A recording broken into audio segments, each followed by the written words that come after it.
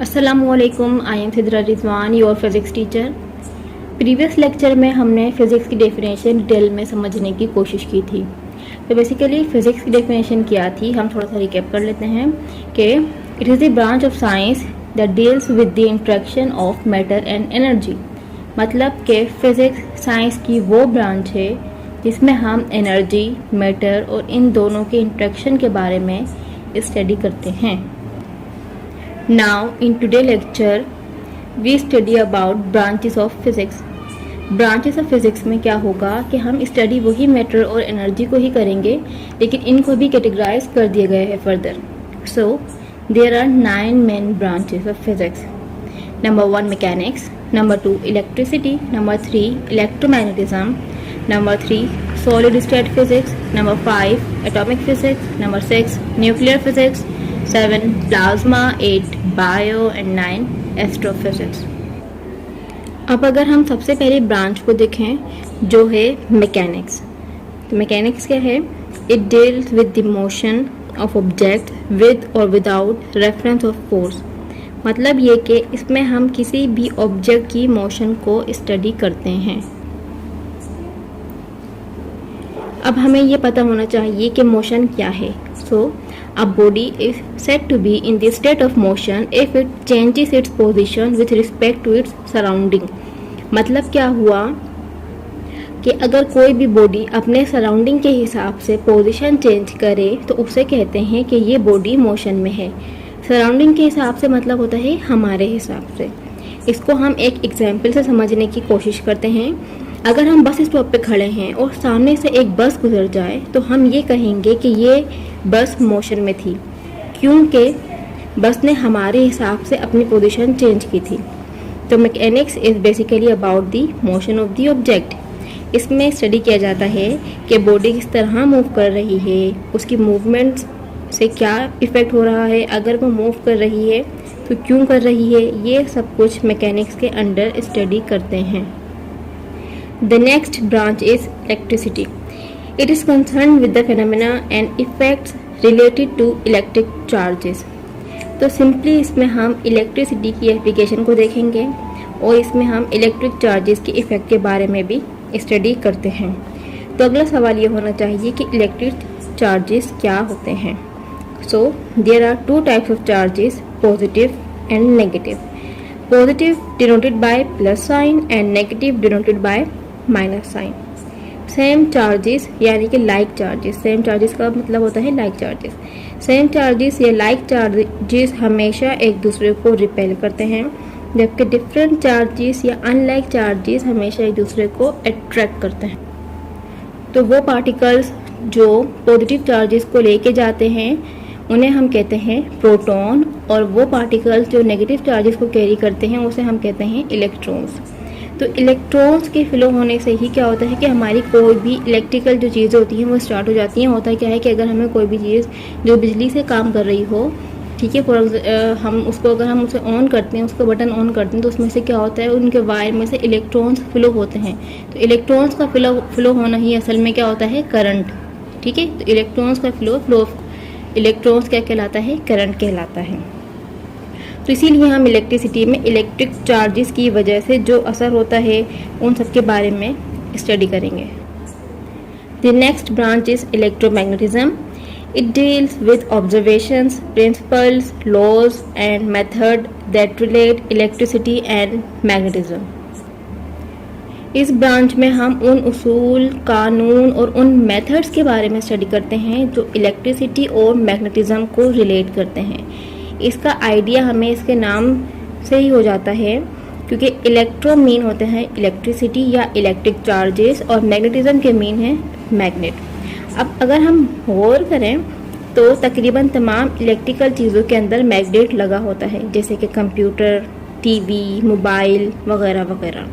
तो इन सब की स्टडी हम कहाँ करते हैं, इलेक्ट्रोमैग्नेटिज्म में। The next branch is solid state physics. It is concerned with the structure and properties of solid material. इस ब्रांच में हम सॉलिड मटेरियल के स्ट्रक्चर और प्रॉपर्टीज़ के बारे में स्टडी करते हैं और सॉलिड मतलब कि ऐसे ऐसे मटेरियल हैं वो जिसमें उनके मॉलिक्यूल क्या होते हैं, टाइटली पैक्ड होते हैं और उनमें उनकी कोई ना कोई डेफिनेट शेप भी होती है, जो कि हमने मैटर के स्टेट में स्टडी किया था। तो तमाम सॉलिड मटेरियल की स्टडी हम कहाँ करेंगे, सॉलिड स्टेट फिजिक्स में। ये जितनी भी ब्रांचेस अभी हमने स्टडी की हैं ये वो ब्रांचेस हैं जो थोड़ी बड़ी थी, मतलब जिन्हें हम अपनी आम आँख से देख सकते थे।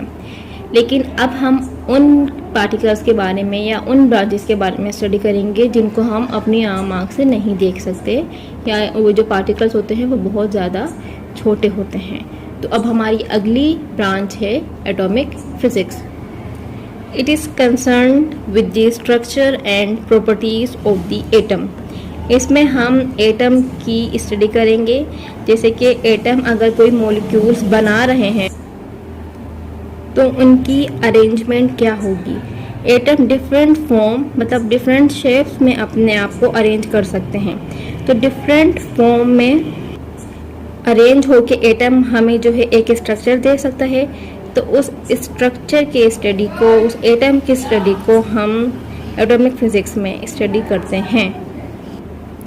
Next branch is nuclear physics. This branch is concerned with the structure, properties and reactions of the nuclei of atoms. Basically nucleus के अंदर प्रोटॉन्स एंड न्यूट्रॉन्स होते हैं। तो अब उन न्यूक्लियस के अंदर कितने प्रोटॉन्स हैं, कितने न्यूट्रॉन्स हैं और उन प्रोटॉन्स और न्यूट्रॉन्स का हमारे स्ट्रक्चर पे क्या इफ़ेक्ट होगा, उन सब चीज़ों को हम न्यूक्लियर फिजिक्स में स्टडी करेंगे। Next branch is plasma physics. It is concerned with the properties of highly ionized atoms forming a mixture of bare nuclei without electrons and electrons. आपको याद होगा प्रीवियस लेक्चर में मैंने कहा था कि मैटर की 4 स्टेट्स हैं। Number 1 solid, liquid, gas and 4th होती है प्लाज्मा। लेकिन प्लाज्मा को हम बाद में स्टडी करेंगे, यही कहा था, तो वो बात अब आ चुकी है। तो अब बेसिकली प्लाज्मा क्या होता है, प्लाज्मा मैटर की वो 4th स्टेट है जो कंसिस्ट करती है आयोनाइज्ड गैस पे। मतलब जब गैसेस को बहुत ज़्यादा हाई टेम्परेचर पे हीट किया जाता है तो वो गैस आयोनाइज्ड गैस में चेंज हो जाती है। अब आयोनाइज्ड गैस क्या होती है, अब अगर हम क्या करें, गैस के एटम को बहुत ज़्यादा एनर्जी दें, मतलब गैस के एटम को बहुत ज़्यादा एनर्जी दे दी जाए हीट की फॉर्म में, ठीक है, तो क्या होगा कि उसके अंदर के जो इलेक्ट्रॉन्स हैं वो एटम से बाहर निकलने लगते हैं। तो वो कंडीशन जिसमें सारे के सारे इलेक्ट्रॉन्स एटम से बाहर निकल जाएं या फिर अपनी एक्साइटेड स्टेट पर चले जाएं, तो वो स्टेट या वो कंडीशन कहलाती है आयोनाइज्ड गैस। मतलब ये कि जो न्यूक्लियस है वो हमारा पॉजिटिवली चार्ज हो जाए और जो इलेक्ट्रॉन्स हैं हमारे वो नेगेटिवली चार्ज हो जाएं।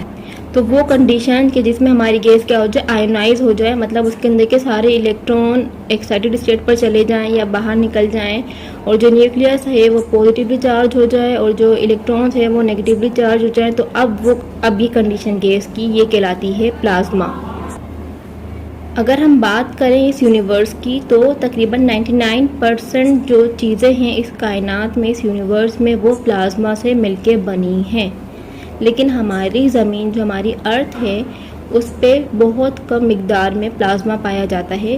क्यों? क्योंकि प्लाज्मा की फिर वही शर्त थी कि इसमें हमें बहुत ज़्यादा हाई टेम्परेचर रिक्वायर्ड होता है, कि मतलब हमें हाई टेम्परेचर चाहिए और हमारी अर्थ का इतना ज़्यादा हाई टेम्परेचर नहीं होता। तो इसकी जो एक अच्छी सी मिसाल जो आप सब रोज़ भी देखते हैं वो है सन, मतलब सूरज भी प्लाज्मा से मिलके बना है और वहाँ का टेम्परेचर आप जानते हैं कि कितना ज़्यादा होता है। तो प्लाज्मा फिज़िक्स में हम प्लाज्मा की स्टडी के बारे मतलब प्लाज्मा के जो स्ट्रक्चर है उसकी जो प्रॉपर्टीज़ हैं उन सब के बारे में स्टडी करते हैं। The next branch is biophysics. It is concerned with the application of physical methods and explanation to biophysical systems and structure. Biophysics basically वो ब्रांच है जिसके अंदर हम फिजिक्स के डिफरेंट लॉज को, डिफरेंट प्रिंसिपल को बायो के अंदर यूज़ करते हैं। तो अब बायो के अंदर तो हम लिविंग ऑर्गेनिज्म के बारे में स्टडी करते हैं, तो उन लिविंग ऑर्गेनिज्म के ऊपर किस तरह फिजिक्स के लॉज अप्लाई हो रहे हैं, ठीक है। तो हम वो जो कुछ भी स्टडी है वो हम सब कहाँ पे करेंगे, बायोफिजिक्स में। The last branch is astrophysics. It is concerned with the study of the physics of astronomical bodies. So astro means space related, means sun, galaxies. In short, astrophysics explain करती है birth, life and death of stars, planet and other objects in the universe. मतलब इस कायनात में जितनी भी चीज़ें हैं, मतलब स्टार्स हो गए, प्लैनेट हो गए, तो वो उनकी बर्थ कब हुई, मतलब वो पैदा कब हुए, उनकी कितनी ज़िंदगी है, वो कब उनकी डेथ कब होगी, तो ये सब चीज़ें हम कहाँ पे पढ़ते हैं, एस्ट्रोफिजिक्स में हम इसकी स्टडी करते हैं. That was the end of your branches. उम्मीद करती हूँ आपको समझ आ गई होगी. जल्दी से एक छोटा सा रिकैप कर लेते हैं. फिजिक्स में 9 ब्रांचेस हैं. तो मैकेनिक्स में असल में होता क्या है कि मैकेनिक्स में हम किसी भी ऑब्जेक्ट के मोशन के बारे में स्टडी करते हैं, और मोशन का मतलब होता है कि हमारे हिसाब से कोई भी चीज़ अपनी पोजीशन चेंज करे. तो वो तमाम चीज़ें जो मोशन में हैं हम उनकी स्टडी कहाँ करेंगे, मैकेनिक्स में. इलेक्ट्रिसिटी में हम क्या करेंगे, जो इलेक्ट्रिकल जो चीज़ें होती हैं, मतलब इलेक्ट्रिसिटी की जितनी भी उसमें इलेक्ट्रिक चार्जेस वगैरह आ जाते हैं, तो उन सब की स्टडी हम कहाँ करेंगे, इलेक्ट्रिसिटी में. इलेक्ट्रोमैग्नेटिज्म में हम उन तमाम कवानीन कानून को देखेंगे जो किससे रिलेट करते हों, इलेक्ट्रिसिटी और मैग्नेटिज्म से. सॉलिड स्टेट में हम क्या करेंगे, वो तमाम जितने भी मतलब सॉलिड मटेरियल हैं उनका स्ट्रक्चर क्या है, उनकी प्रॉपर्टीज़ को हम कहाँ स्टडी करेंगे, सॉलिड स्टेट में. एटॉमिक फिजिक्स में हम एटम के स्ट्रक्चर क्या है, उसकी प्रॉपर्टीज़ कैसी हैं, उन सबको हम करेंगे एटॉमिक फिजिक्स. न्यूक्लियर फिजिक्स में हम क्या करते हैं कि इसमें हम उसके अंदर न्यूक्लियस के अंदर कितने इलेक्ट्रॉन हैं, कितने प्रोटॉन हैं, तो उन सब के स्ट्रक्चर क्या होगा, उनकी प्रॉपर्टीज़, वो सब हम स्टडी करेंगे न्यूक्लियर फिजिक्स में. प्लाज्मा में क्या होगा कि प्लाज्मा में जो हम अभी आपको बताया कि प्लाज्मा होता है क्या है, तो उस प्लाज्मा को उसका जो स्ट्रक्चर होगा, उसकी क्या प्रॉपर्टीज़ हैं, वो सब हम प्लाज्मा में स्टडी करेंगे. बायो में हम क्या करेंगे कि बायो के अंदर जितने भी लिविंग ऑर्गेनिज्म के ऊपर हम फिजिक्स के जितने भी लॉज अप्लाई कर रहे हैं उन सब की स्टडी हम करते हैं बायोफिजिक्स में. और एस्ट्रोफिजिक्स में हम क्या करते हैं कि तमाम ऐसी चीज़ें जैसे कि सन हो गई, गैलेक्सी हो गई, जो स्पेस रिलेटेड जितनी भी चीज़ें हो गई, हम उन सब की स्टडी कहाँ पे करते हैं, एस्ट्रोफिजिक्स में. उम्मीद करती हूँ आपको समझ आ गई होगी. तमाम बच्चे ये रफ कॉपी में लिख लीजिए और ये तमाम ब्रांचेस याद कर लीजिए. अल्लाह हाफिज़.